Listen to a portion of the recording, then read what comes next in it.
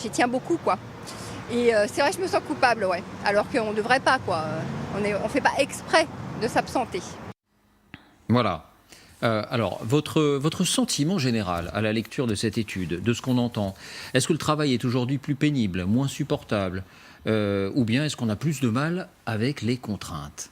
On est Laurence. on est quand même dans une société de la performance où être un petit peu en dessous du niveau, et d'ailleurs quel est le niveau exigé, pose et commence à poser un vrai problème, c'est-à-dire qu'on est dans la déshumanisation du salarié.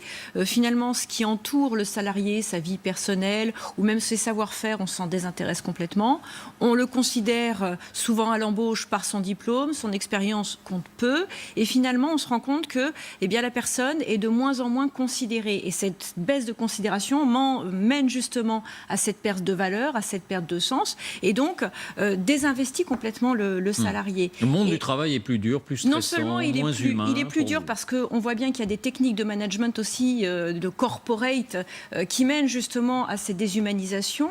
Et puis, de l'autre côté, on n'intéresse pas suffisamment les salariés. Quand on voit les chiffres de la redistribution aux actionnaires des grands groupes en France qui sont mirobolant, et en parallèle l'intéressement des salariés qui n'est pas tant que ça, on se dit que finalement si on investit davantage les salariés, si on les intéresse davantage aux résultats de leur entreprise, qui ne sont pas forcément des résultats financiers mais qui peuvent aussi être des résultats qu'on mesure autrement, peut-être que là on arrivera à les intéresser. Et puis je veux quand même rappeler aussi qu'il y a un problème parmi les fonctionnaires, parce que la fonction publique on l'a pas abordé, mais c'est un vrai souci, où la réforme de la fonction publique est en train de créer un phénomène de crainte parmi les fonctionnaires, parce que ils font partie des salariés pauvres.